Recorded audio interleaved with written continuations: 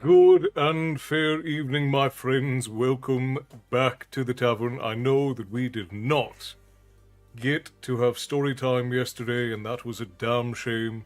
So we're gonna have a real, probably quicker than most of us would like, story time tonight. But before we do that, Matty, thank you for bringing the folk over. Let's go ahead and give you a toot on the right horn.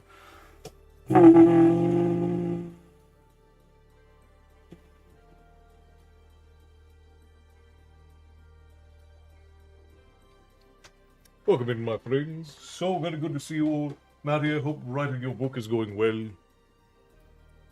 You did bring me over, technically, that's true. You did.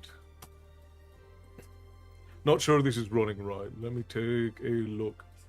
Looks like we're good on my end. Oh, you know what, though? We are not on the right screen. Hang on. Go get him. Don't let him do that. Yes it is. Give me just a second, I'll help you. There we go. That's what we needed.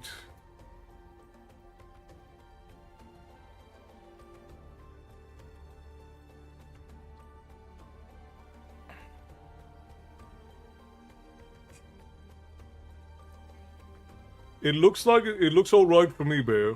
I'm seeing everything popping up. And the audio is good. But hello, welcome in, friends. Everybody grab your seats. Welcome, welcome, welcome. James, hello, welcome in. Everybody grab a seat and settle in. We are on the second to last chapter of Silverthorn. Oh, hang on, I might be wrong. Yes, second to last chapter, but we have an epilogue as well, so technically 3 chapters left. And boy, is it going to be a hell of a ride. Frost, good evening, my friend. And I'm sorry, I forgot to say hello to everyone. Milo, Frost, Tyson, Matty, the Bear, Teresa. Hello, my friends. Welcome, welcome, welcome. Bless you, my love. Oh, good lord. Every single time we go live on there's just so many spam bots. It's insane. Absolutely insane. Bobby Joe, first live I've caught. This is so cute. We'll welcome in. I'm glad. We'd normally do this on Tuesday, but we had a little bit of an event that went on yesterday. It kept us from doing story time. Normally, story time is Tuesday, Thursday, and Sunday. And it might actually be changing next week, so you don't need to write any of that down. But Bobby, welcome in. I'm so very glad that you could join us. I believe I saw you in the comments of another story earlier. I might be wrong, but I believe that is something that I remember. But you know, getting old, might not fully remember it. Joker, hello! I've seen you in comments. I'm not sure if I've ever seen you in alive, but welcome in. So very glad you could join us for story time, my friend. Just continuing the chapter tomorrow. I got Sunrail's scene to write now. Excellent. Just a dude, hello, welcome in. Not much. We are about to do story time. We are in the final chapters of Silverthorn by Raymond E. Feist, and we are most excited. Hang on, I need to check something.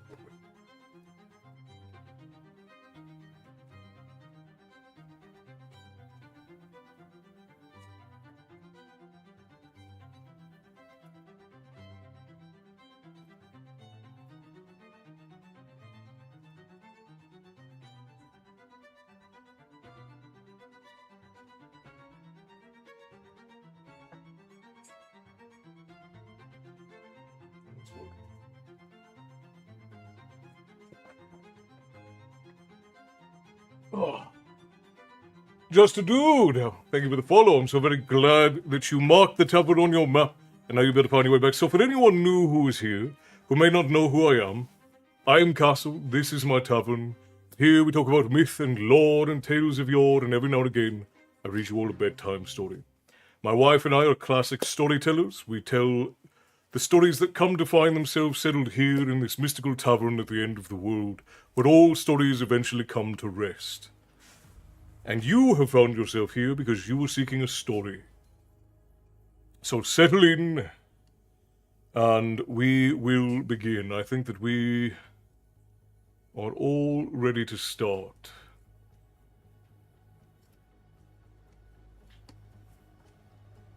Esther, hello, hello, good to see you, welcome in. Crystal, hello, welcome in. I'm so glad you're all joining, even though it's so late. And the lady and the pets and the boy, that's true, with the boys in the back, and then we've got Boo and Milo and Coda, and then the lady, of course.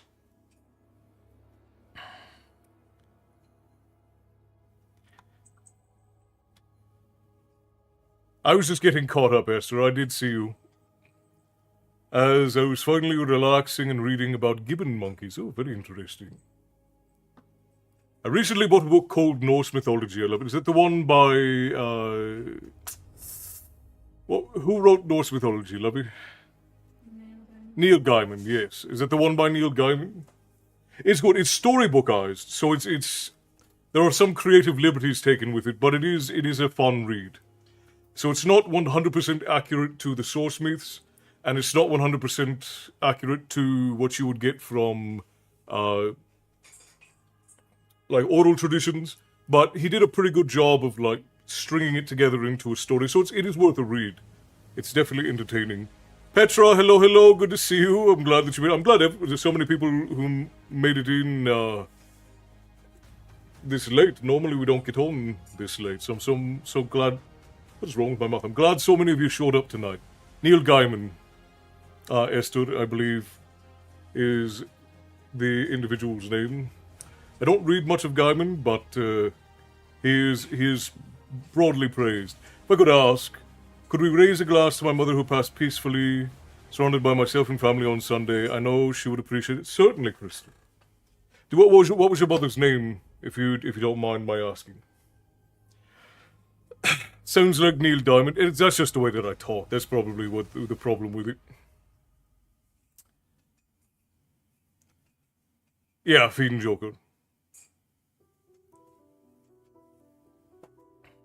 PR Pog, thank you for the heart, me. I appreciate you for that. Tips to the Tavern Keeper, always appreciated.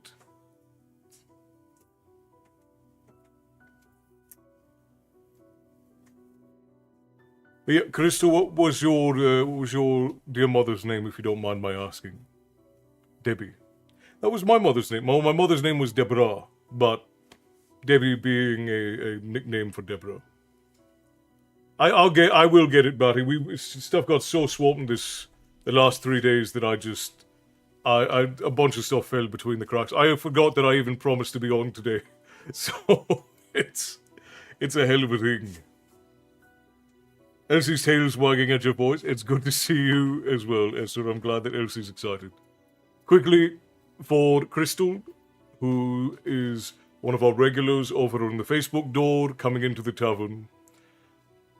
Her mother passed away on Sunday, so we all are going to raise a glass to Debbie, who was clearly a much beloved mother, presumably a much beloved wife. She is no longer with us. She now takes the long walk into the next journey, the last one any of us know we take. So a glass raised in love and in reverence to a life that was lived fully and completely. Cheers.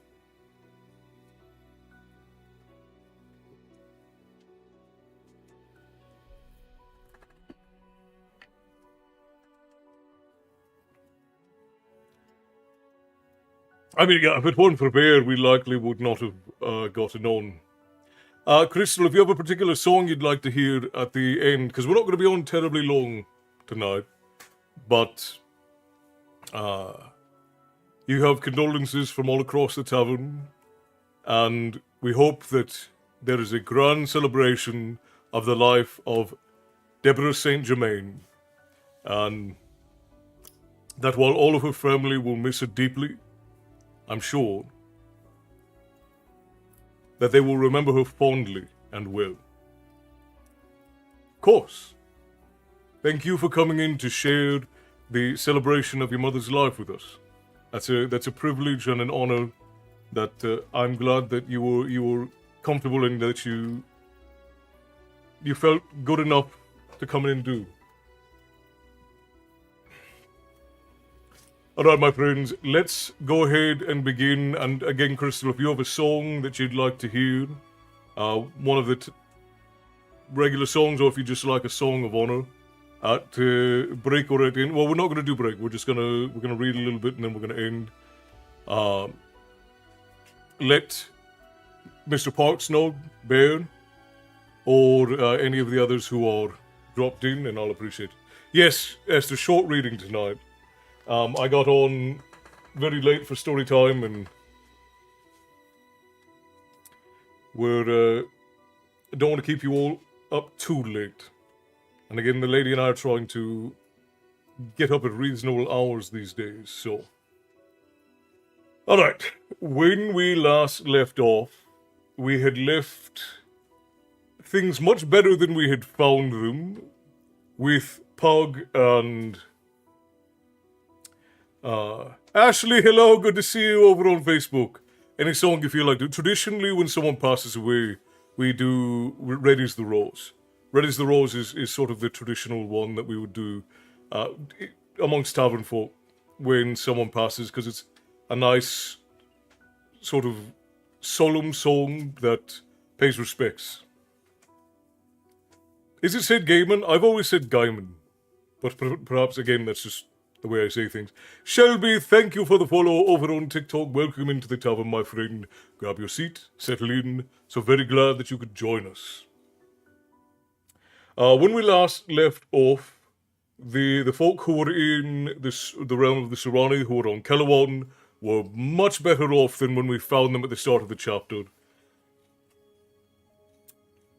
And now it seems like they are getting ready to head back and take what they have found to more or less defend Mid-Kemia.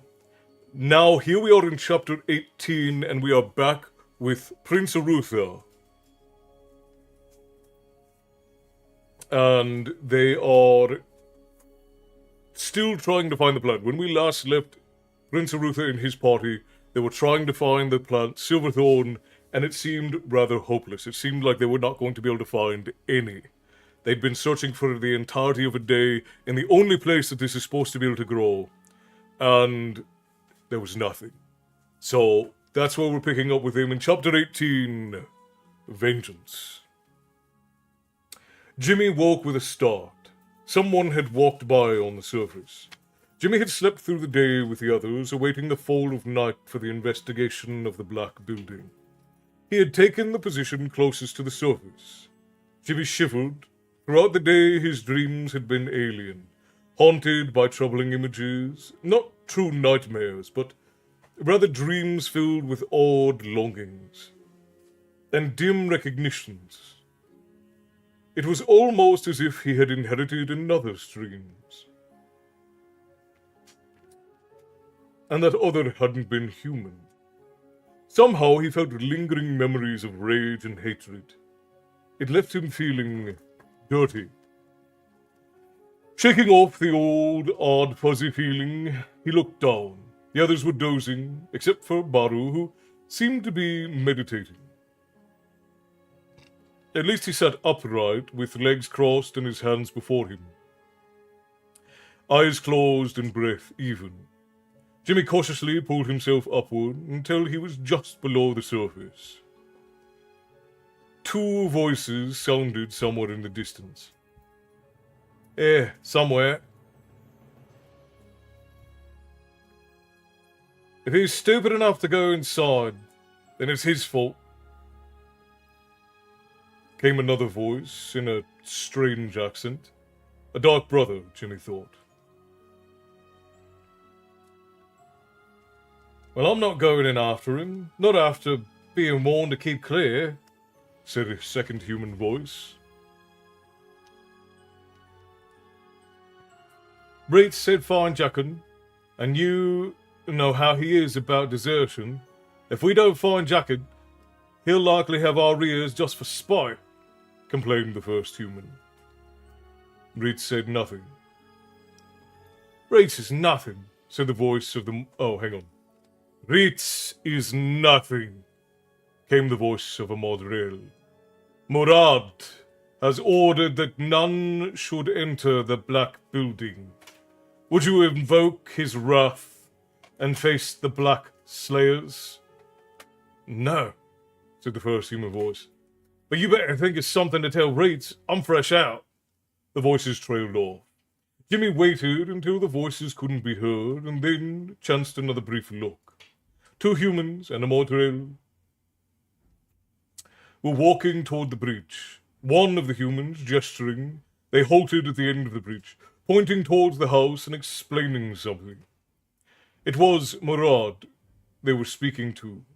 At the far end of the bridge, Jimmy could see an entire company of human horsemen, waiting as the 4 crossed over. Jimmy dropped down and woke Arutha. We got some company upstairs, the boy whispered, lowering his voice so Baru would not hear. And he said, and your old scarred friend is back with him. How close is it to sundown? Less than an hour, perhaps 2, to full darkness.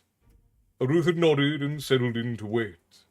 Jimmy dropped past him to the floor of the upper cavern and foraged through his pack for some jerked beef. His stomach had been reminding him he had not eaten for the last day, and he decided that if he was going to die tonight, he might as well eat first. Time passed slowly, and Jimmy noticed that something beyond normal tension expected in this situation had infected the mood of each of Arutha's company. Martin and Laurie had both fallen into deep, brooding silences.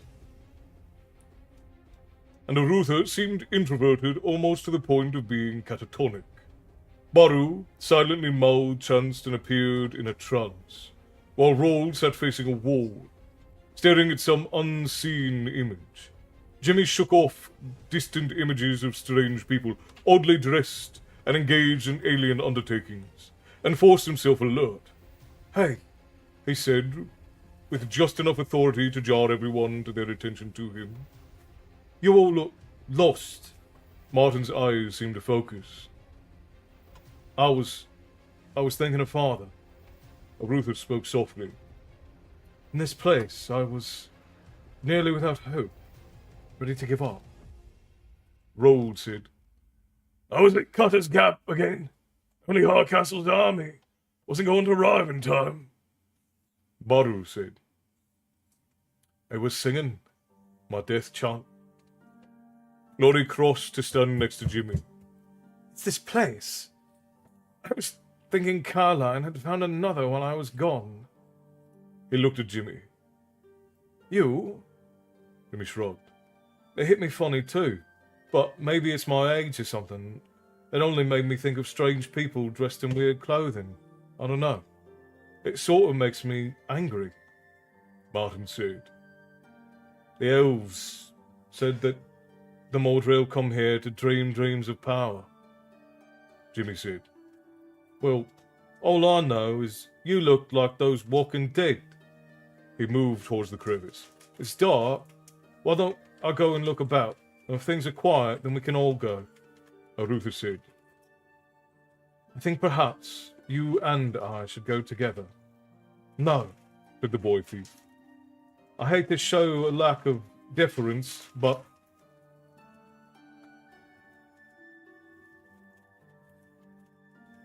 Hang on a second, friends. Give me a sec.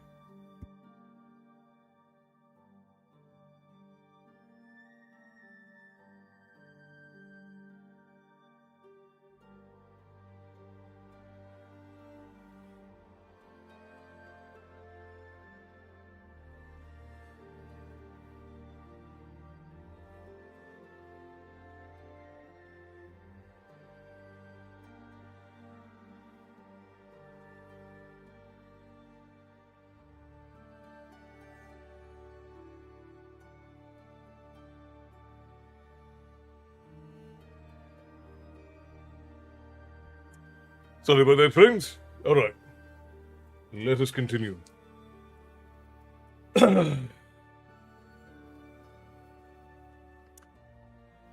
Punk, I don't know if I said thank you for the heart meat, but thank you for that. I appreciate you very much for it.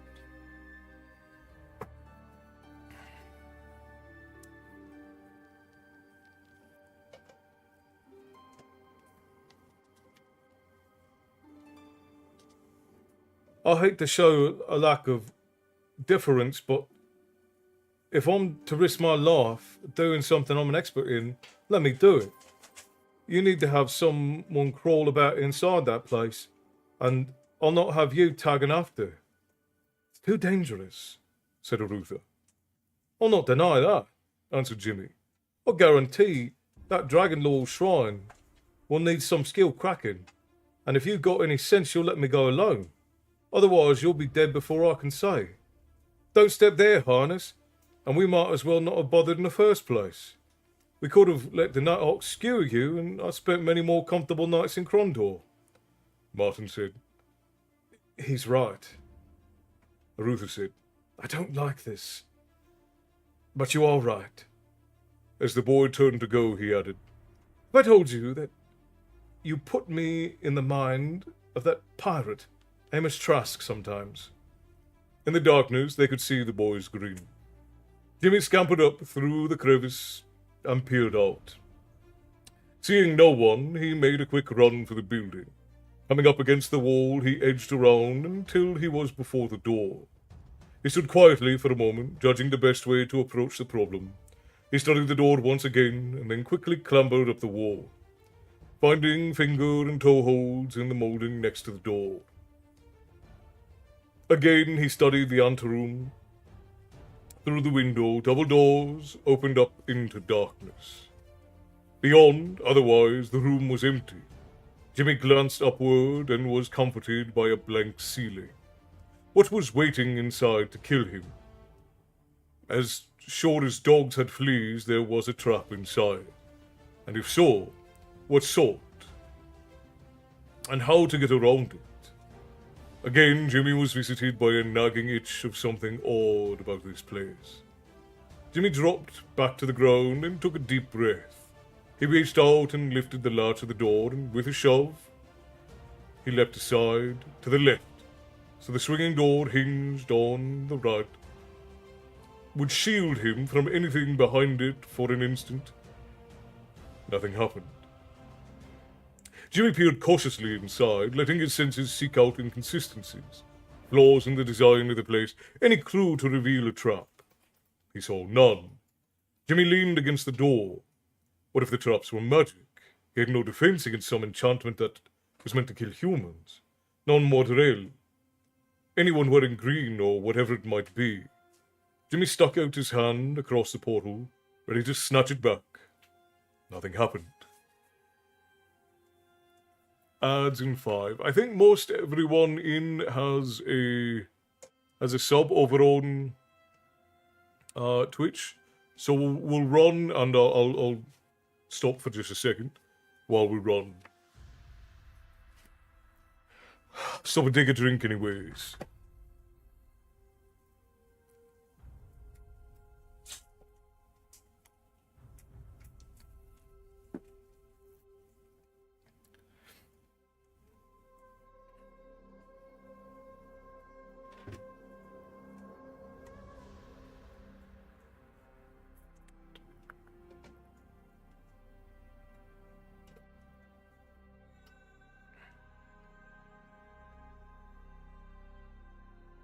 Right, I didn't miss anyone. That's good.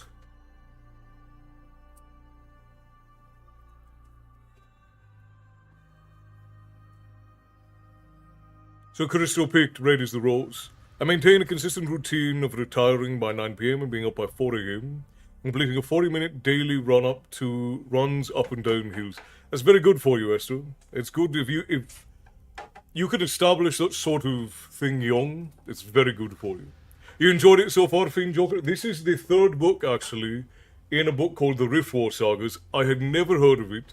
One of you actually recommended it, and then several others, two of whom are not here tonight, but one being Bear, absolutely loved the books and had strongly recommended them. And but I had never even heard of them. I'd never read them before.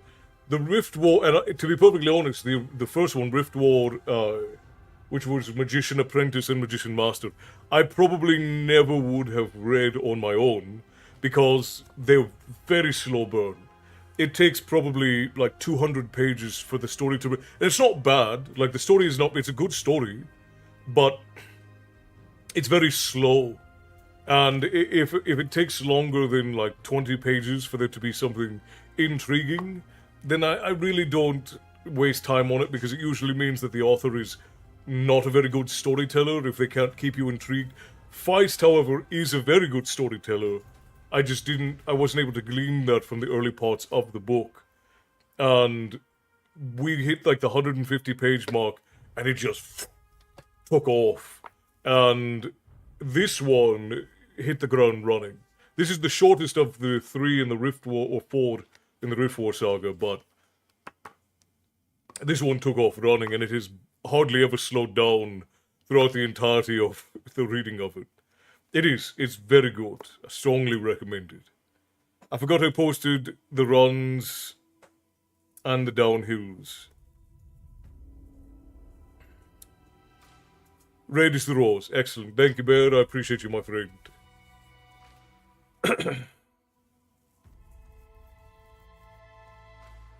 The only one of Feist I haven't liked is Fairy Tale.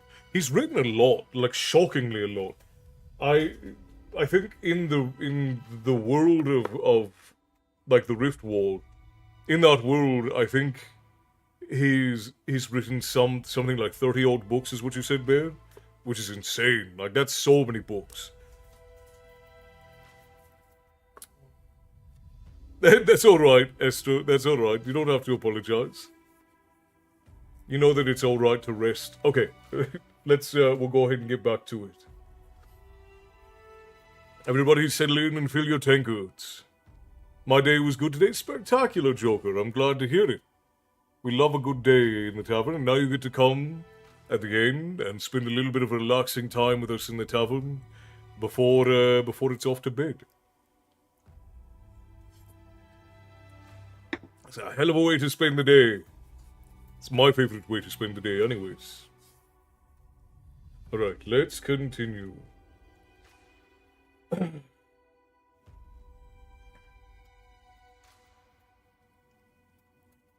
Jimmy sat, then he lay down. From the low angle, everything looked different, and he hoped he might see something. As he rose, something did register. The floor was made of marble slabs of equal size and texture, with slight cracks between them. He lightly placed his foot on the stone slab before the door, slowly permitting his weight to fall upon it, feeling for any movement. There was none. Jimmy entered and moved around toward the far doors. He inspected every stone slab before he stepped on it and decided none were trapped.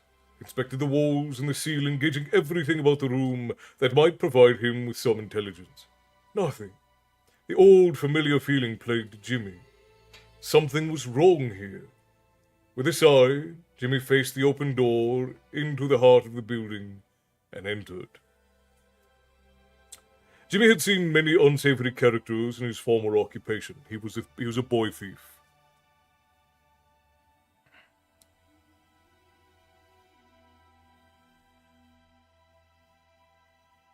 That is true. If Marina is in, which I don't think she is, we'll do Spanish ladies, but if not, we'll wait till tomorrow. I'll make sure that I put it on. I actually didn't remember that until after we were done with Storytime. So I'll be sure to get it in tomorrow. But obviously, since she requested it, I don't want her to miss it.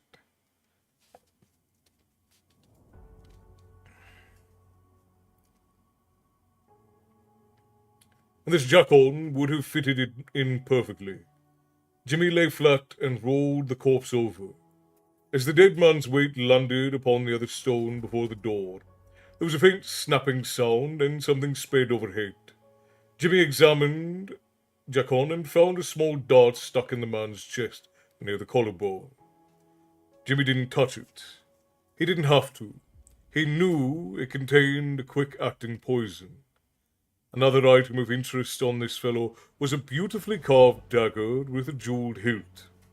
Jimmy plucked it from the man's belt and stuck it inside of his tunic.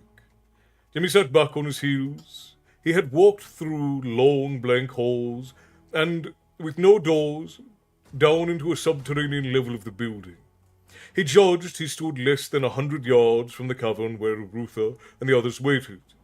He had stumbled upon the corpse at the only door leaving the hall. The stone slab directly beyond the door was ever so slightly depressed. He rose and stepped through the door diagonally to the stone next to the one before the door. The trap was so obvious it shouted for caution. But this fool, in his rush toward fabled wealth, had walked into it and paid the price. Something bothered Jimmy. The trap was too obvious. It was as if someone waited for him to feel confident in defeating it. He shook his head. Whatever tendency towards incaution he had was gone. He was now fully professional, a thief who understood that any misstep would likely be his last. Jimmy wished for more light than was provided by the single torch he had brought along with him. He inspected the floor below Jacon and saw another displaced stone. He ran his hand along the door jamb, found no tripwire, no other triggering device. Stepping across the threshold, avoiding the stones before the door, Jimmy passed the corpse and continued towards the heart of the building. It was a circular room. In the center of it, a slender pedestal rose. Upon the pedestal sat the crystal sphere, lit from above by some unseen light source, and within the sphere rested a single branch with silver-green leaves, red berries, and silver thorns. Jimmy walked cautiously. He looked everywhere but where the pedestal rested. He explored every inch of the room he could reach without entering the pool of light where the sphere, about the sphere, and found nothing resembling a trap-springing device. But the nagging at the back of Jimmy's mind, which had been with him all along, kept shouting that something was wrong about this place. Since discovering Jacon, he had avoided 3 different traps, all easy enough for any competent thief to spot. Now here, what he expected the last trap to be, he found none. Jimmy sat down on the floor and began to think. Arutha and the others came to alert. Jimmy came scrambling back down into the crevice to land with a thud on the floor of the cave. "What did you find?" asked Arutha. "It's a big place. It's got lots of empty rooms, all cleverly fashioned so you can only move one way from the door to the center of the building and out. There's nothing in there but some sort of little shrine in the center. There are a few traps, simple enough ones to get around. But the whole thing's too off-center. Something's not right. The buildings are fake."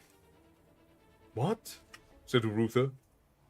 "Just suppose you wanted to catch you, and you were worried about you being very clever. Don't you think you might just add one last catch-all in case all the bright lads you hired to catch you were a mite slow?" You think the building's a trap?" said Martin. "Yeah, a big, elaborate, clever trap. Look, suppose you got this mystic lake and all your tribe comes here to make some magic or get power from the dead or whatever it is the Dark Brothers do up here. You want to add this one last catch-all so you think like a human. Maybe dragon lords don't build buildings, but humans do. So you build this building, this big building with nothing in it. Then you just put a sprig of Silverthorn in some place, like in a shrine inside, and you rig up a trap. Someone finds a little of those you put along the way and gets around them all, thinking they're very, very clever, and wanders about and finds a Silverthorn and pulls it, and the trap springs," said Laurie, his tone appreciative of the boy's logic. "And the trap springs," said Jimmy. "I don't know how they did it, But I'll bet the last trap is some sort of magic. The rest were too easy to find then. At the end, nothing. I bet you touched a sphere with the Silverthorn in it, and a dozen doors between you and the outside slam shut. 100 of those dead warriors come off the walls, or the whole building simply falls on you. Arutha said. I'm not convinced. Look, you got a greedy pack of bandits up there. Most of them aren't very smart, and they wouldn't be outlaws living in the mountains, would they? They'd be self-respecting thieves in a city. Besides being stupid, they're greedy. So they come up here to earn some gold, looking for the prince, and they're told, don't go in that building. Now, each one of these clever lads thinks the Mordrell is lying, because he knows everyone else is stupid and greedy as he is. One of these clever lads goes up there looking round and gets a dart in the gullet for his efforts. After I found the sphere on that pedestal, I doubled back and really looked around. That place was built by the Moradel. Recently. It's about as ancient as I am. It's mostly a wood building with stone facing. I've been in old buildings. This isn't one. I don't know how they did it. Maybe with magic or just a whole lot of slave labour. But it's no more than a few months old. But Galen said this was a Valheru place, said Arutha. Martin said. I think him right. But I think Jimmy right as well. Remember what you were told of Tomas's rescue from the Valheru Underground Hall by Dolgan, just before the war. Arutha said he did. That place sounds much like this. Light a torch, said Arutha. Rold did so, and they moved away from the crevice. Lottie said, has anyone noticed that for a cave, the ground is fairly flat? And the walls are pretty regular, added Rold. Baru looked about. In our haste, we never examined this place closely. It is not natural. The boy's right. The building is a trap, Martin said. This cave system has had about 2,000 years or more to wear away. With that fissure above us, rain comes through here every winter, as well as a seepage from the lake above. It has worn away most of what was carved upon the walls. He ran his hand over what seemed, at first glance, to be swirls in the stone, but not all. He indicated some design on the wall, rendered abstract by years of erosion. Baru said, and so, we dream ancient dreams of hopelessness, Jimmy then said. There are some tunnels we haven't explored yet. Let's have a look. Arutha looked at his companions. Very well. You take the lead, Jimmy. Let's backtrack to that cave with all the tunnels then. You pick a likely one, and we'll go see where it leads.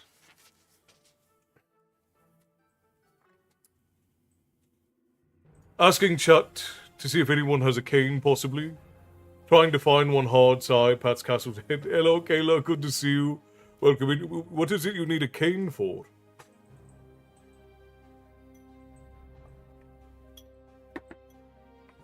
And how are you feeling, by the way? Is that what you need the cane for? I just remembered that the last time you came in, you said you weren't feeling well. How are you feeling? It took my brain a minute to register. Did I miss anything over here? Oh my god, our pup is small, and I hope it was a smaller pizza. It was a large pizza. I just wanted food. How? Oh my god, you're going to feel gross later. I would be expecting that to go.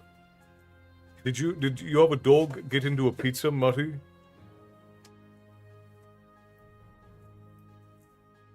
My living room needs cage time. Yeah, don't ever leave a pizza unattended when there are dogs or cats around. They'll get it.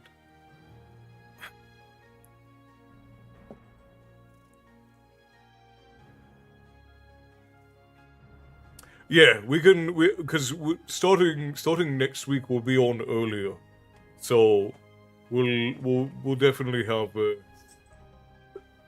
a better go of it starting next week. I don't miss that stage. I've been able to teach all my fosters and personal did to stop that cat's odor. Yeah, our cats know better than to grab for food if I'm in the room, but because the lady and the boy feed them whatever they're eating, if I'm not in the room, they'll just be like, oh, give me some of that. Give me some of that, please. They'll literally like reach into your mouth and try and take it away. Oh, personal pups. I see what you're saying. Porter pizza. Yes, I found one for $10. But overall, how are you feeling, Kayla? How... Excuse me. How are you feeling? $10 is not bad. And if you wear the right suit, you can look like you're in the mafia. So there's that as well. Get a little... What is it? What do the kids call it? Everett. What do the kids call it when you... What does your generation call it when you dress well? Is Riz still a thing, or is that cringe now? Okay, is it steez then? What is the word? Are you steezy if you're dressed well? Ask your friends. No, never mind. Yeah, never mind. I was gonna. Well, no. I was gonna say they're cool, but then I realized that's not true. No. Butterbeer time, Big Ed. Hello, welcome in. I'm good. The meds are heavy, but I'm still unable to stand for a long period of time. I get woozy easily. Well, just make sure that you're taking the time to heal properly, because that's the best thing that you can do for yourself. Forcing yourself to go faster than you actually can is the worst thing that you can do. My dog won't do it if I'm there, but I go away for 2 seconds and he's 007 their pizza. Oh, you gotta be careful. Got to be careful, Matty. I have a black walking... My right knee was so bad for a while that when I was working events with my brother, we used to do a lot of live events before the lady and I decided to come back to the tavern. That I used to walk with a gold and wood cane. Go back to work next week and would like to get one before I go back so I can spend a bit of time getting used to it. Well, you live in the States, right, Kelly? You should be able to get something through Amazon or Walmart fairly quickly. They usually deliver next day.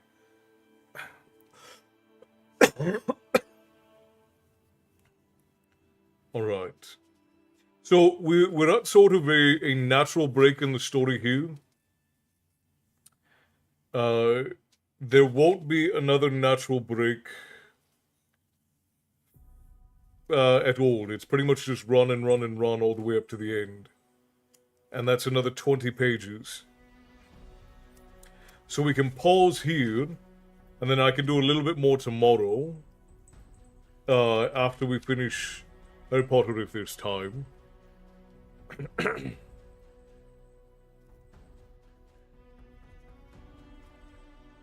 I got bored and found light-up ones. Whatever the kids would say, it's very cool. Very cool. Anyone want a fuzzy? I have too many fuzzy Roombas, Matty. I'm trying to get rid of... I'm not trying to get rid of. But, I would like to have fewer fuzzy Roombas, we'll say. One of the fuzzy Roombas is an absolute terrorist. And kept the lady and I up until 6 a.m. Among other things. There were a bunch of things going on, but... Okay, so we're at a pretty natural break in the story. We can probably do a couple more... I don't know what's wrong with me. We could probably do a couple more paragraphs.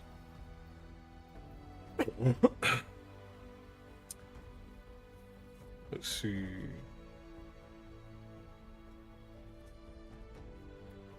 Coda is good.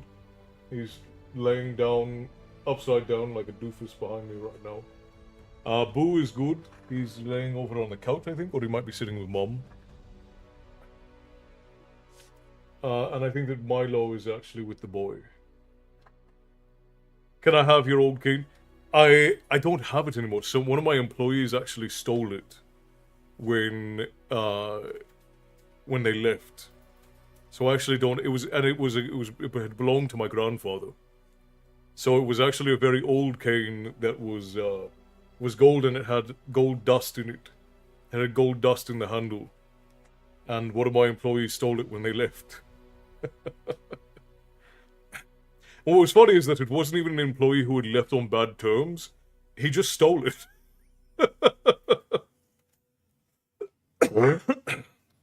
Casting your fuzzy Roombas would be the janitorial staff when the tavern opens. Maybe, I don't know. They're not very smart. They're handsome. I might have them be greeters. I don't know if I could trust them to clean things. I've seen there was swords inside. Those are neat. This one was actually just, it was a blackthorn cane that had a golden top on it. Yeah, it was very nice. It was a very nice walking stick. And it had some old runes carved into the top. And when the guy left, he just stole the cane. But yeah, I'm looking forward to finishing Edith on Chapter 17. Sunrail has some pretty dark things in her past now. Excellent. Crocaine. Crocaine sounds that I might get. That sounds like I said something else. You said it out loud. It sounds like an illicit substance. So what do you think, guys? Should we try to get another couple of paragraphs in, or should we hold off? I have 2 claymore swords. The one is from... that's amazing, Joker. I love good, like, movie props, story props. I actually have a pair of handcuffs in a box over there that is from the Green Mile. Supposedly, the person who gave it to me said that it was the actual cuffs that the guy wore, because they received it from the guy who actually did the prop making for the movie. Now, whether that's true or not, I don't know, and I would not.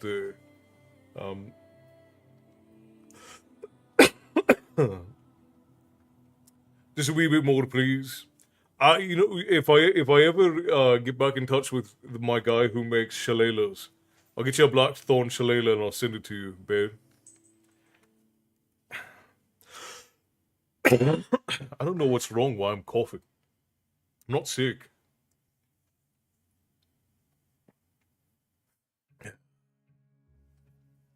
Alright, we'll do another couple paragraphs. I could probably...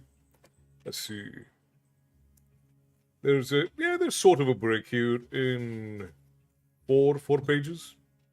We'll do another 4 pages, how about that? You'll have my undying love. Well, we'll see if I can do it then. Maybe you have possibly.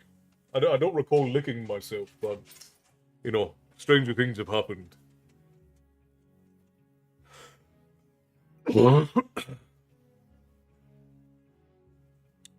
Alright, let's continue then.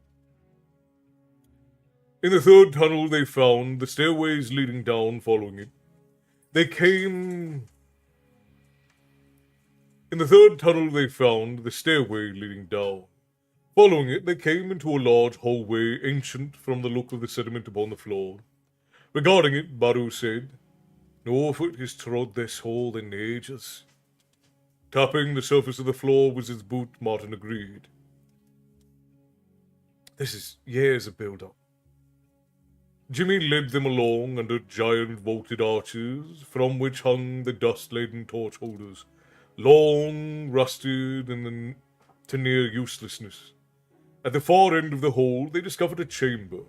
Rold inspected the giant iron hinges, now grotesquely twisted lumps of rust, barely recognizable, where once huge doors had hung. "Whatever wanted through the door that was here didn't seem willing to wait." Passing through the portal, Jimmy halted. "Look at this." They faced what seemed to be a large hall, with faint echoes of ancient grandeur. Tapestries, now little more than shredded rags, with no hint of color, hung along the walls, Their torches cast flickering shadows upon the walls, giving the impression that ancient memories were awakening after eons of sleep. What might have been any number of recognizable things were now scattered piles of debris, tossed about the hall.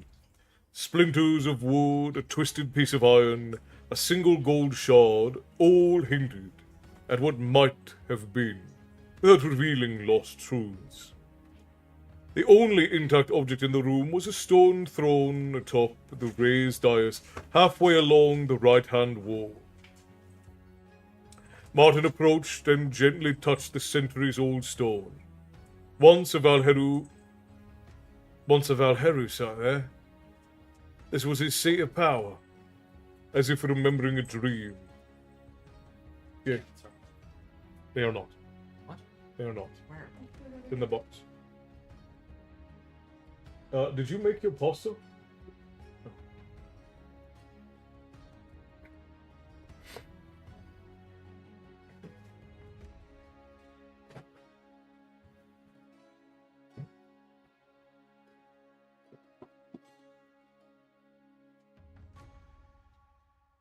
The scissors should be in the drawer.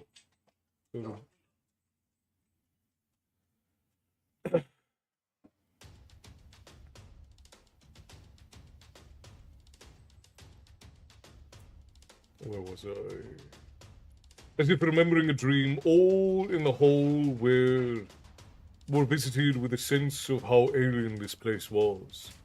Millennia gone, the power of the Dragon Lords was still a faint presence. There was no mistaking it now. Here they stood in the heart of an ancient race's legacy. This was a source of Moradel dream, one of the places of power along the dark path. Rold said,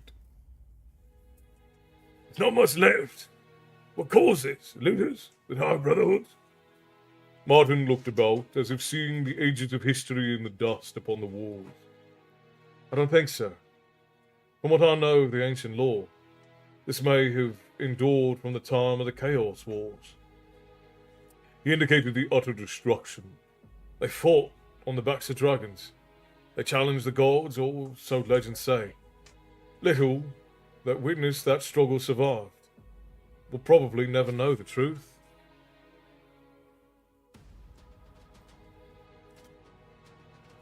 Jimmy had been scampering about the chamber, poking here and there. At last he returned and said, "Nothing's growing here." "Then where is Silverthorn?" Arutha asked bitterly. "We have looked everywhere." Everyone was silent for a long minute. Finally, Jimmy said, "Not everywhere. We looked around the lake and..." He waved his hand around the hall. "Under the lake. But we haven't looked in the lake." "In the lake," said Martin. Jimmy said, "Callan and Gallin said it grew very close to the edge of the water. So had anyone thought to ask the elves if there have been heavy rains this year?" Martin's eyes widened. "The water level has risen. Anyone want to go swimming?" asked Jimmy.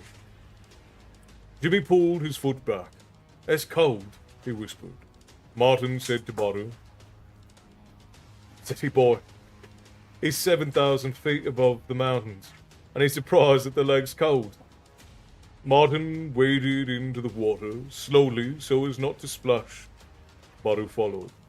Jimmy took a deep breath and followed, wincing every step as the water reached higher. When he stepped off a ledge, he plunged in up to his waist and opened his mouth in a silent gasp of pain. Upon the shore, Lottie winced in sympathy. Arutha and Rold kept watch for any sign of alarm on the bridge. All three crouched low behind the gentle slope down to the water. The night was quiet, and most of the Moradel and human renegades slept on the far side of the bridge. They had decided to wait until the hours just before dawn. It was likely the guards would be half asleep if they were humans, and even the Moradel were likely to make the assumption that nothing would occur just before sunrise.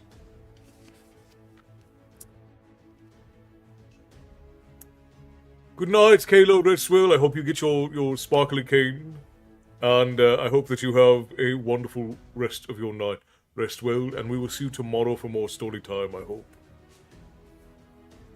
Sortok, hello, welcome in. So glad that you could join us, even though it's very late.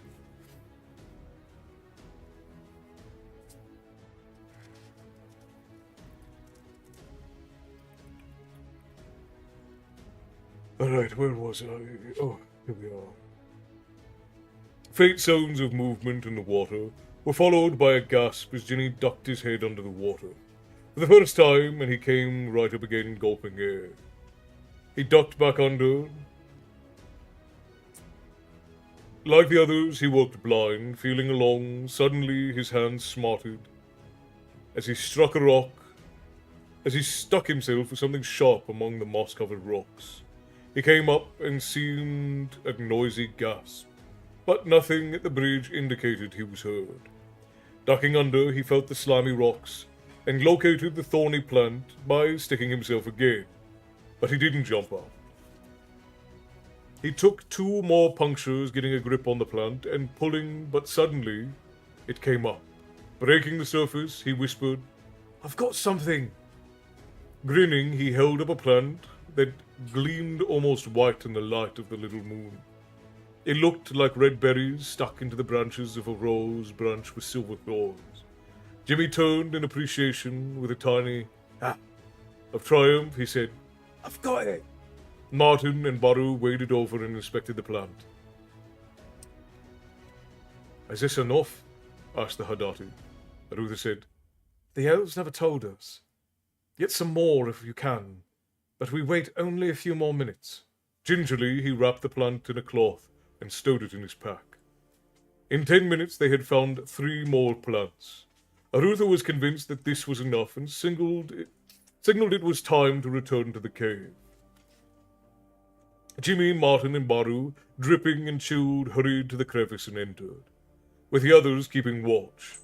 Inside the cave, Arutha looked a man reborn as he inspected the plants under the faint light of a small brand rolled held aloft. Jimmy couldn't keep his teeth from chattering as he grinned at Martin. Arutha could not take his eyes from the plant. He marveled at the odd sensations that coursed through his body as he regarded the branches with their silver thorns, red berries and green leaves. For beyond the branches, in a place only he could see, he knew a soft laugh might be heard again, a soft hand might touch his face, and the embodiment of every happiness he had known might somehow be his again. Jimmy looked at Laurie. "Damn me if I don't think we're going to do it." Laurie threw Jimmy his tunic. "Now all we have to do is get back down." Arutha's head came up. "Dress quickly. We leave at once." As Arutha breasted the rim of the canyon, Ghislaine said, "I was about to pull the ropes up again. You cut it fine, Prince Arutha.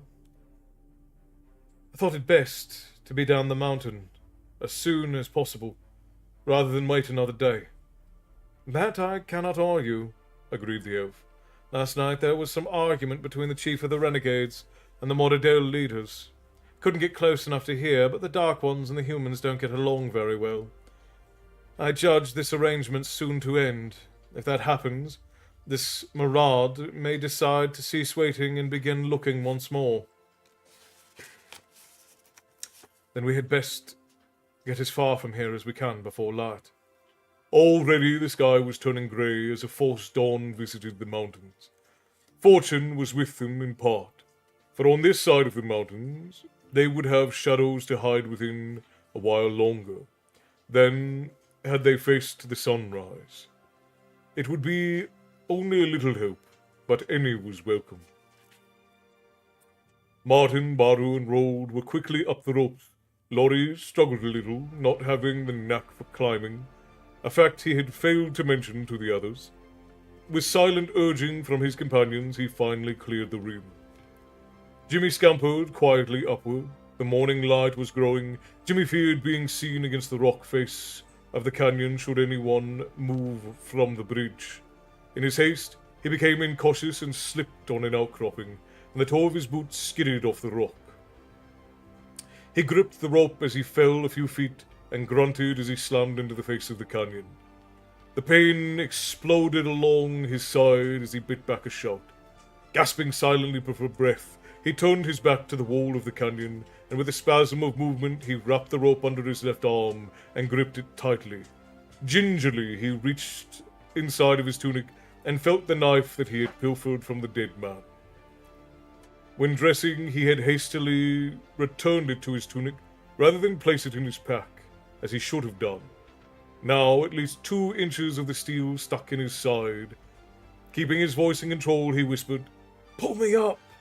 Jimmy nearly lost his grip with his first wave of pain that struck as they hauled the rope upward. He slipped, gritted his teeth, and then he was over the rim. "What happened?" "I got careless," answered the boy. "Left my tunic." Lottie did so and swore. Martin nodded at the boy, who returned the gesture, and then he pulled the knife and Jimmy almost fainted. Martin cut a section of cloth and bound the boy's side. He motioned to Lottie and Rold, who supported the boy between them, and they moved away from the canyon's edge. As they hurried through the quickly brightening morning, Lottie said, "You just couldn't do it the easy way, could you?" And I think there's where we're going to end the story for tonight, my friends. That's an excellent cliffhanger. Jimmy's just been stabbed in the side, the morning is coming, and they have to get down the mountain before the Moridel see them. Absolutely exceptional.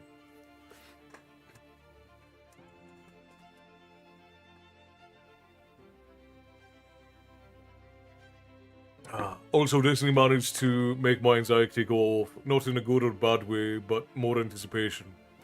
I hope there's nothing I'm doing upsetting or annoying anyone. I don't think I am, and I feel like Destiny is messing with me, but my god, is that messing with my head? What did Destiny say that makes you feel like you're upsetting people, Matty?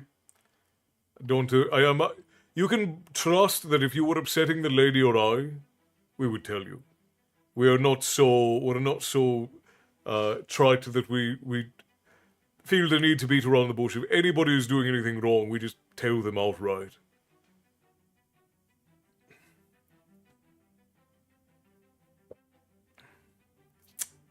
You did, Kristen.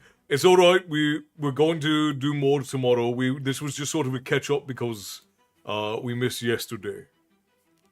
But I will endeavor to maybe do the rest of the chapter tomorrow, if there are enough folk in who want to see it. Yeah, it's extremely... The folk in the tavern are very thick-skinned, not easily offended. You would have to work very hard to upset anyone in here. The easiest way to upset anyone in the tavern is to say a crossword about the lady. But otherwise, it's very, very difficult to do. Pretty good read. Thank you, Joker. I appreciate you, my friend. Alright, let's have a song for Crystal and her mum. Oh, we've talked 99.999 good things about you. I'm like, what about the... Matty, don't let something like that ever cause you any sort of anxiety. No one is gonna like you 100%, even the people that love you.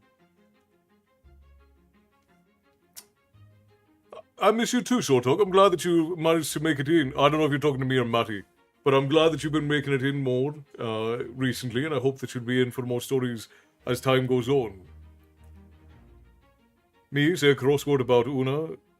I'm too happy with her to say a crossword. Well, and see, there you go.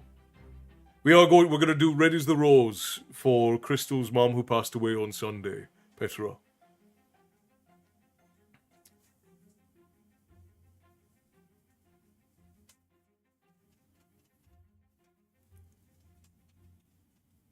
I never have a bad word, I'm straightforward and honest, which is the best way to be, honestly. I don't even like myself all the time. Well, we should try to like ourselves most of all, but Occasionally, we as human beings, it's hard not to have a little bit of self-loathing every now and again. The condolences are appreciated, Joker. But we try in the tavern, we try not to mourn folk who have passed. We try to celebrate the life that they'd lived up to that point and be grateful that we got them for as much time as we did. Destiny bypassed that. One more pull, since we're in that frame of song. Yeah, let's go. We'll do Red is the Rose, and then we'll do one more pull. I think that'll be appropriate to end the night up with. I think if anyone came in and started talking solely about the tavern staff or regulars, it wouldn't last long. Right. Although I have always believed that self-love is the foundation for all love for others. Yeah, and I agree with that, Esther. I think that you have to care about yourself to even be able to care about other people. So I'm guessing Destiny is straight up messing with me as usual. I mean, I don't believe I've ever said. I mean, you're a lad, so you've got a lot of growing and learning to do, but don't we all? I don't consider that to be a crossword. I think that you are. She had 67 wonderful years. That is absolutely spectacular. See, my mom passed away back in 2018. Her and my father passed away the same year, 6 months apart. And she would have been 69 on the 24th.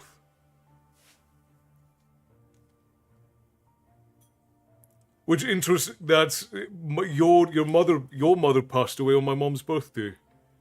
Crystal, what an interesting coincidence. You are. We love you to death. You'd have to mess up real bad for us to boot you out, Matty. You'd have to like put pineapple on pizza or something.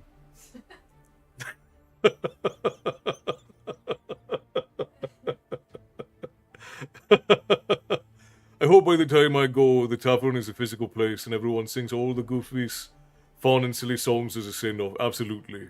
Absolutely, Milu.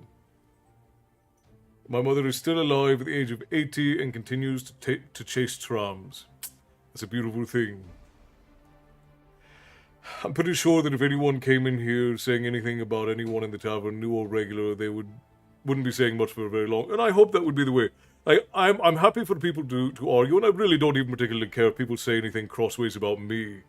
But I just don't want people to ruin the vibe. But I think that pretty much all of the regulars in here, if anyone came in trying to ruin the vibe for any reason, I think you all would probably tell them, look, you can either stay and enjoy the stories, or you can shut the... I'm not going to drop an F-bomb. You can shut the hell up and bugger off, you know? Oh, thank you for the stretch, Soto. Appreciate you for that. Oh. Oh. Oh, wow, that is...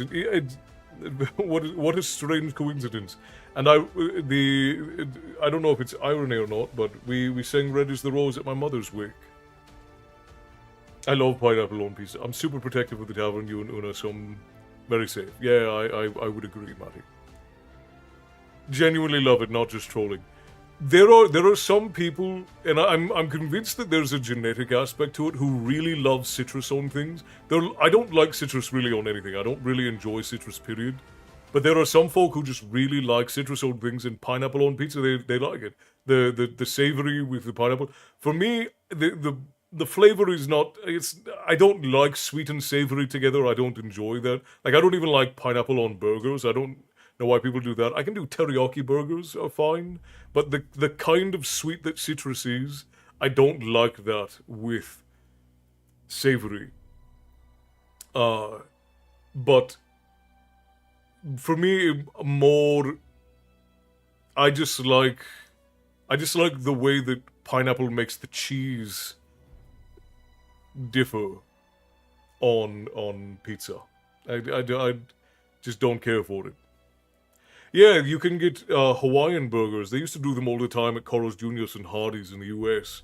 You would get a full circle of pineapple, and then they would have like a teriyaki sauce that would go over it, and it was just too sweet. I just don't enjoy it. Castle LC requested Misty Mountain. Alright, so we will do Red is the Rose, we'll do one more pull, and we'll do Misty Mountain, and those will be our songs for the evening.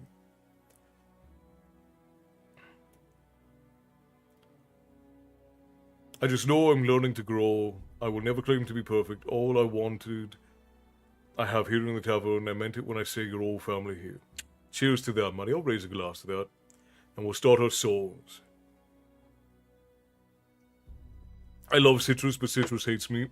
Yeah, I've never enjoyed citrus, but again, like I grew up in mostly Western Europe, so I'm floating around between Ireland and Norway, and I spent some time in some other countries with my grandfather. Like Polynesian, yeah, I don't really enjoy Polynesian sauce. I don't.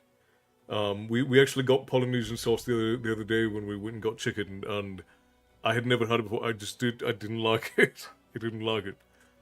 But I had the pleasure of traveling with my grandfather quite a lot when I was younger, so I got to spend some time in some Middle Eastern countries and learn about the foods there, and some Asian countries, Thailand and Taiwan for a bit, and spent a little time in Hong Kong when that was still its own country. Yes, that was with me. That's right. That's right. That's right. I'd forgotten about it. Oh,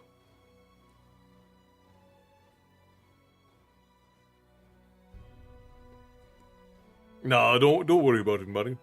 You're gonna grow. You're gonna grow into your own skin. That's all I'll say. You're gonna grow into your own skin. All right, let's get these songs going. Would you care to join me for Red is the Rose, my love? So the lady and I will do Red is the Rose in honor of uh,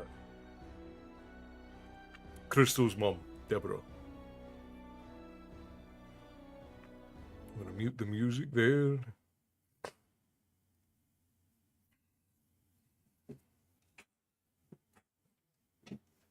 I'm gonna turn up the microphone here, and I'm actually gonna point it more towards the lady because she's very quiet. Okay. Ready? Come over the hill, my bonny Irish lass. Come over the hills to your darling.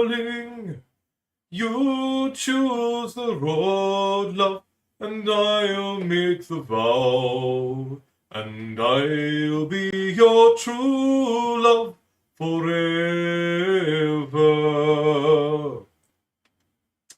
Red is the rose that in yonder garden grows. Fair is the lily of the valley.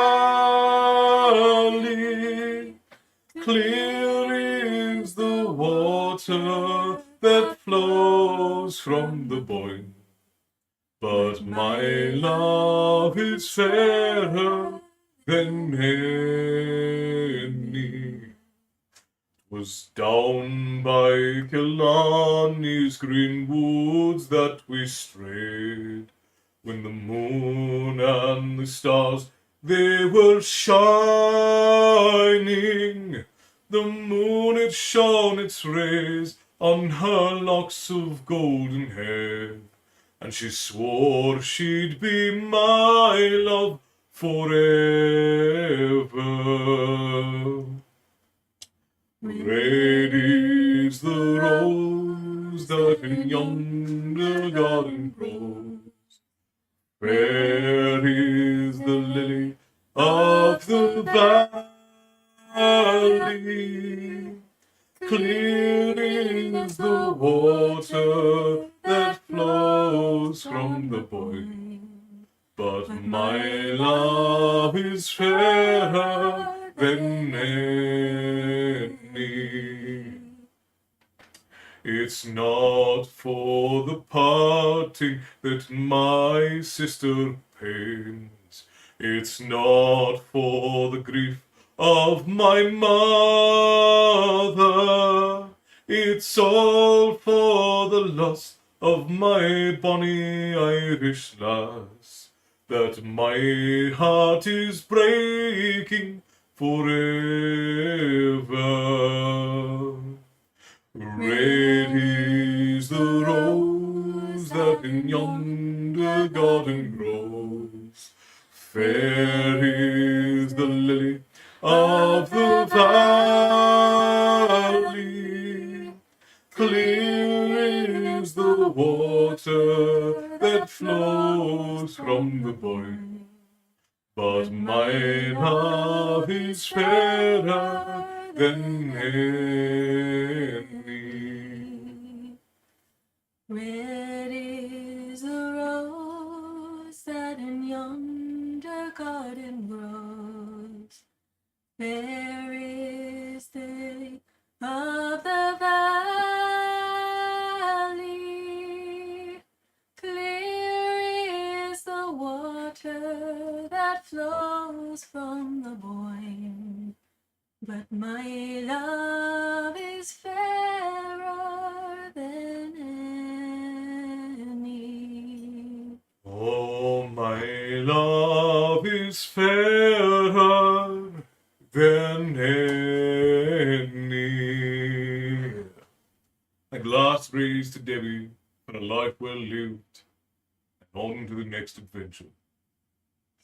Troy Wyatt, you said I found your page the other day and started watching your reels. I'm enjoying the stories and will definitely join for more. Thank you. Cheers to that, my friend. Glad to have you. You've marked us on your map, so whenever you seek a story, you should be able to find a door into the tavern. Thank you for joining us tonight. It's a short one tonight, but also my automod is going to be toned down once the situation with her dies down. Very good. I'll get you PayPal after I'm done here, Matty. I'll send it to you. And I apologize. I am so off key tonight because I'm stuffed in. Something's wrong with my throat. I don't know what it is, but something is going on with my throat.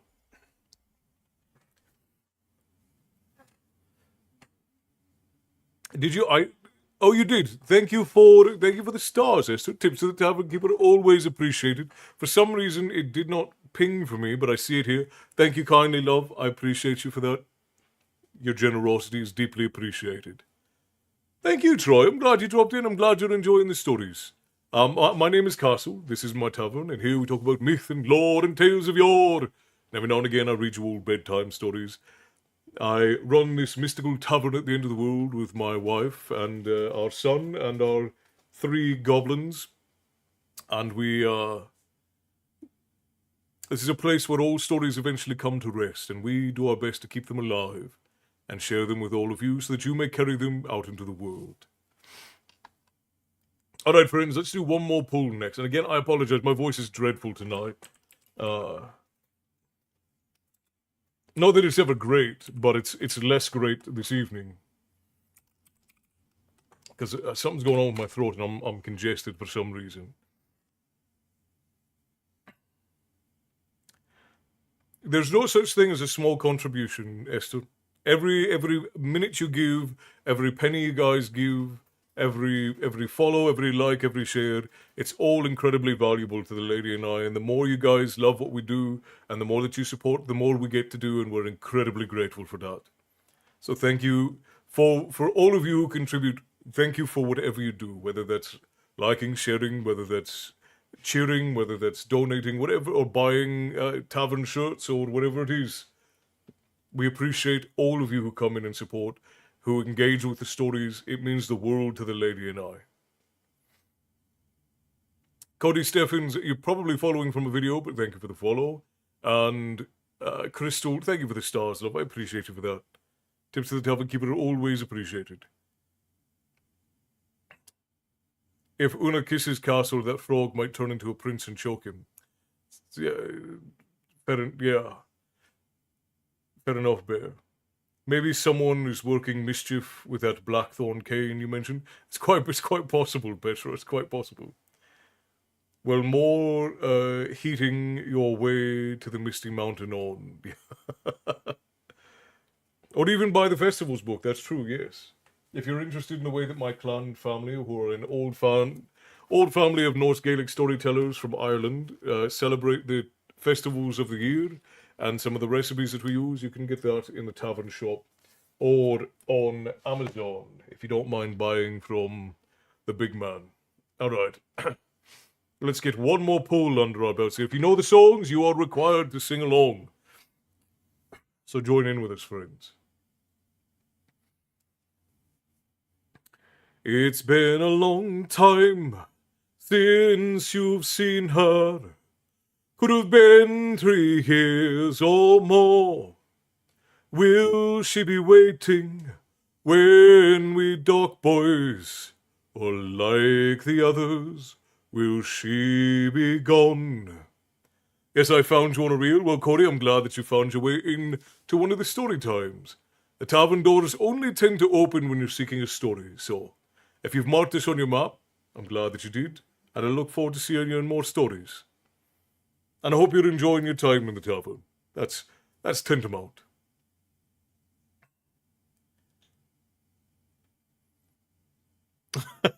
That's all right, Esther. We do not have any tankards in stock, sadly.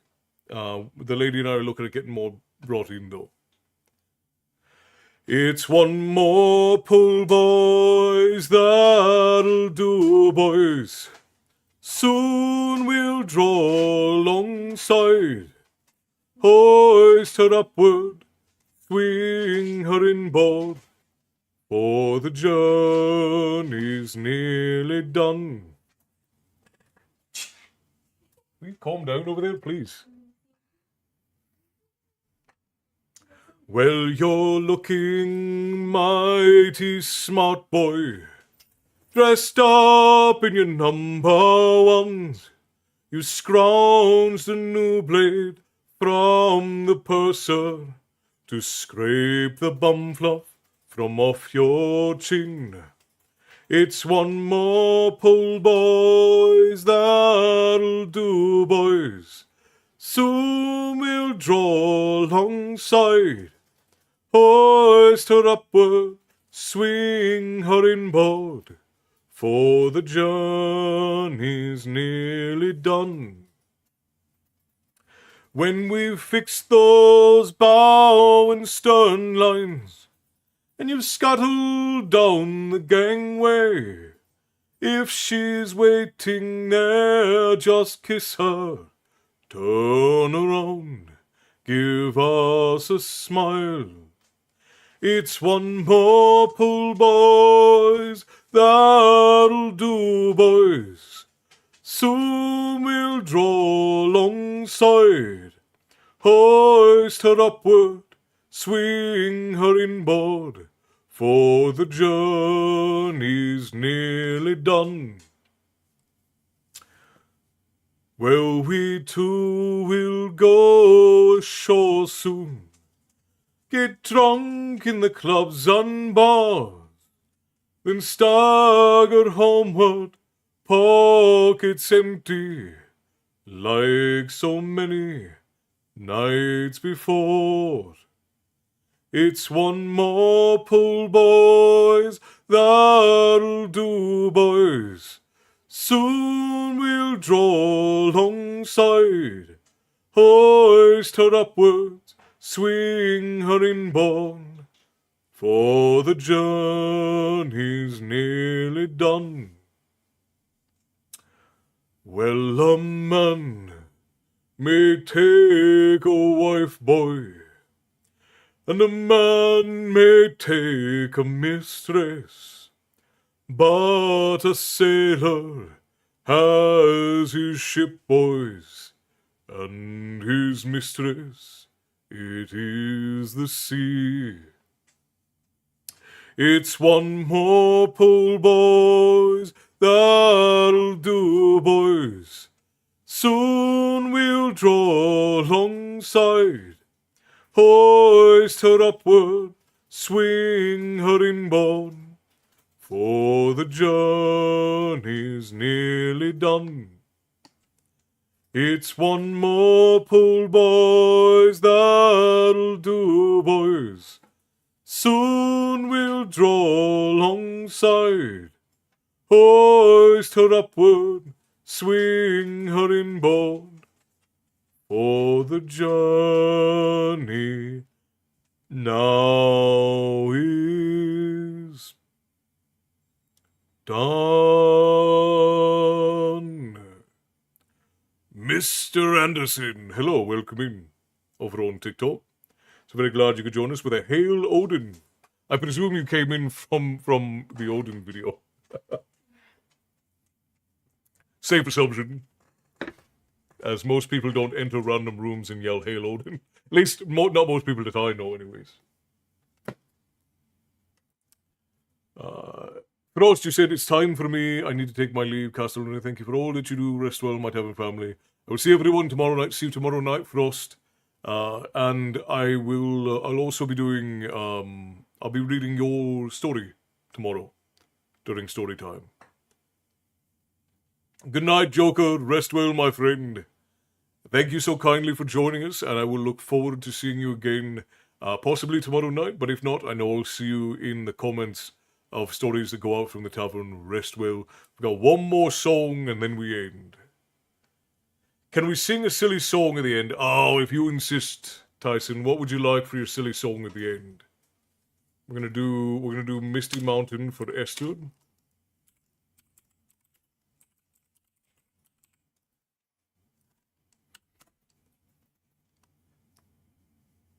I run into a room and shout, "All hail the chair." Hoist up the thing? Yeah, we can do hoist up the thing for the end. It's a little bit high energy, but we can do hoist up the thing at the end. I don't see why not. Alright, friends, we're going to do Misty Mountain. We're going to do the Peter Holland version again. So this is a shorter version of the song. And now we are headed into the Lonely Mountain with the song of the Dwarves of the Lonely Mountain.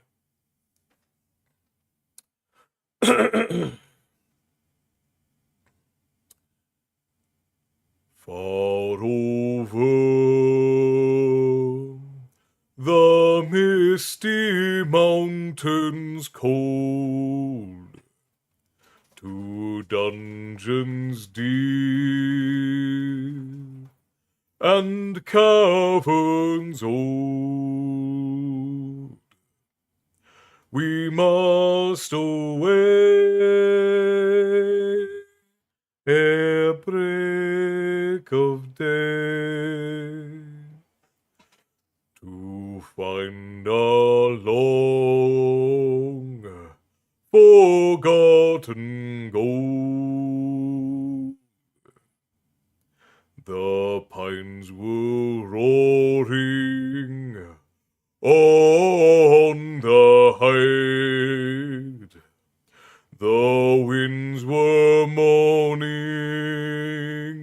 in the night.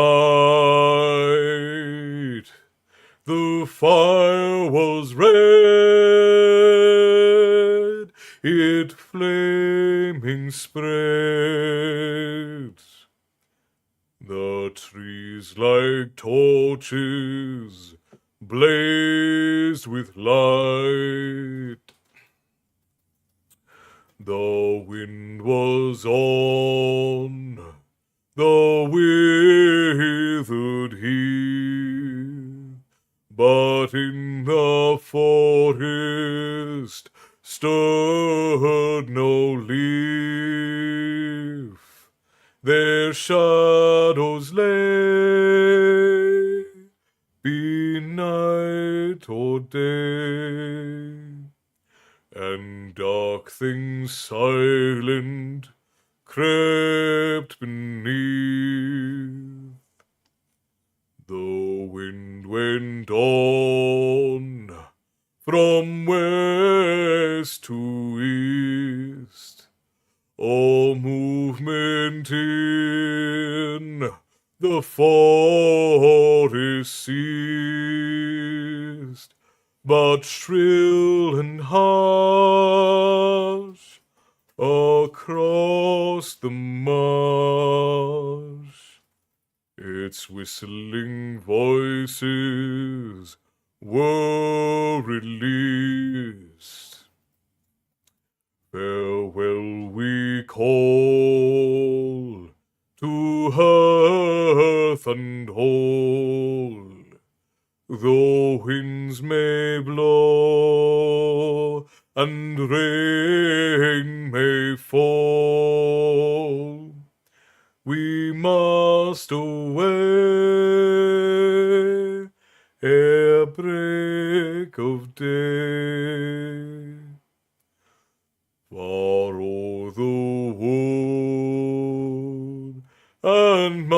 mountain torn, far over the misty mountains cold, to dungeons deep and caverns old, we must away ere break of day, far o'er the wood, to find our long forgotten gold. Esther, thank you for the stars. Tips to the Tavern Keeper are always appreciated. I would like to express my appreciation for your reading of the shanties. Essie and I are grateful for your efforts. Always a pleasure, Esther, always. Thank you kindly for the tips to the Tavern Keeper. Sounds of our singing echo through the minds of Moria, yeah. They certainly would. They certainly would, Tyson. Let's see. What else did I mean? I know Matty said. Also, Castle, did you catch what I said about the hardcover version of my book once it's published? I did not. Also, I was apparently sold to Erin for $1.50. No, she might have overpaid, Matty. I'm just kidding. But did Erin pay? We need to ask Destiny if she received the funds. Jazz, hello, good to see you. We're gonna do one more. I promised Tyson we'd do a silly song at the end. We're gonna do Hoist Up the Thing. And again, I'm hearing my own voice in my ears, and I sound awful. I'm so out of key. More so than usual. But Jazz, it's always lovely to see you. Alright. Final silly song of the night. A penny at more. I'd pay a dime for you, Matty. Pay a dime for you. Alright, final song. Hoist Up the Thing. If you know the words, sing along. Fresh out of college with grades straight from hell, I browsed for a trade at which I could excel. An ad for a ship in need of some manning, men sails in purpose but lacking a captain. What luck, says I, to find such good fortune. A few white lies later I ran down the pier. I bought me a coat and a cutlass or two. I jumped on the deck and I yelled at the crew. Hoist up the thing, batten down the what's-it. What's that thing spinning? Somebody should stop it. Turn hard to port. That's not port. Now I've got it. Trust me, I'm in control. I can't sing the shanties, it has to be said, and all of that grog just goes right to my head. Whale meat is gross, and I miss a girl's laugh. 5 weeks at sea, even Dave seems a catch. Hoist up the thing, batten down the what's-it. What's that thing spinning? Somebody should stop it. Turn hard to port. That's not port. Now I've got it. Trust me, I'm in control. We've hit dicey waters, no land to be seen. The food's getting low and the beer has gone green. There's murmurs of discontent under the deck. If I don't act fast, it could be my neck. So pull up the charts of those weird gold machines. I see what it says, but I've no clue what it means. Just pull on some levers and I lost my place. Just pull on some levers and yank on some chains. Feign a bad back till we've landed again. Hoist up the thing, batten down the what's-it. What's that thing spinning? Somebody should stop it. Turn hard to port. That's not port. Now I've got it. Trust me, I'm in control. Hoist up the thing, batten down the what's-it. What's that thing spinning? Somebody should stop it. Turn hard to port. This is jail. Now I've got it. Trust me, I'm in control. Ah, help me. Trust me, I'm in control. Josh, hello, welcome in. You're coming into the end, but welcome in any case. I'm so very glad that you could join us. And there we are at the end of our songs, my friends. Well and completely finished. And right on time, as a matter of fact. Rare is that. Big Ed, Darth Nexus. My mouth is messed up tonight. But yeah, you and Una are probably going to get the only hard copy of the book once it's published, signed with a note. You are too kind, Matty. That would be a wonderful gift. Not my beard, it's blacker than a merchant's soul. And I believe that. I believe that bit. Alright, my friends, we have come now to the end. And I'm going to send you all off into the world,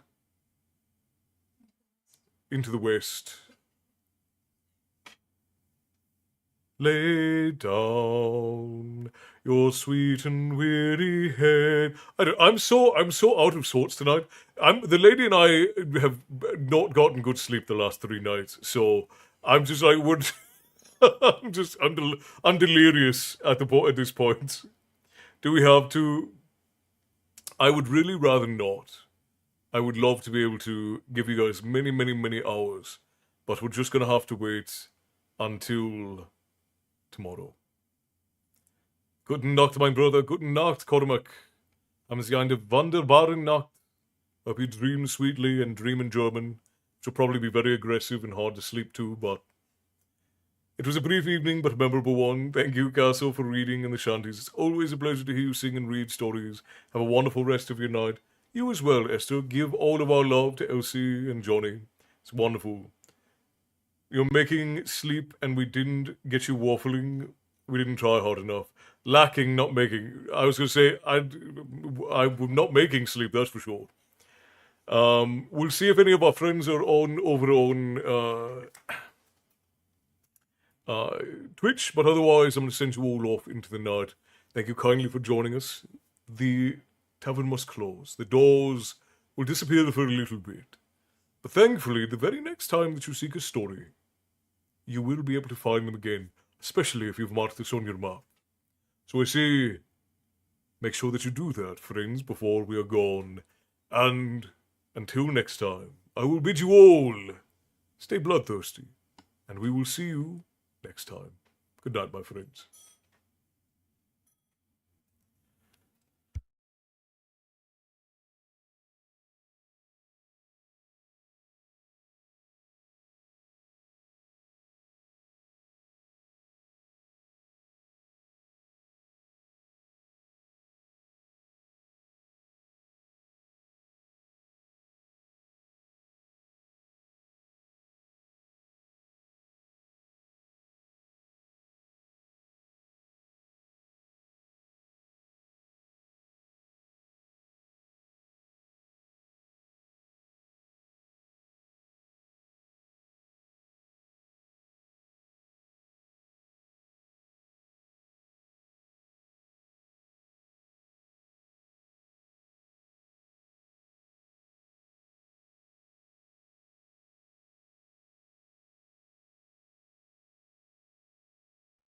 Love you! But yeah, so next month we're going to be going through all the games that I grew up on and what got me into the games I play now and stuff. It's going to be great. Black Dragon Tavern Gaming, thank you so much for the raid! We are leaving right now. I'm so sorry. But yeah, alright, so tomorrow 4 p.m. Pacific, 7 p.m. Eastern. Guys, please go follow Black Dragon Tavern Gaming.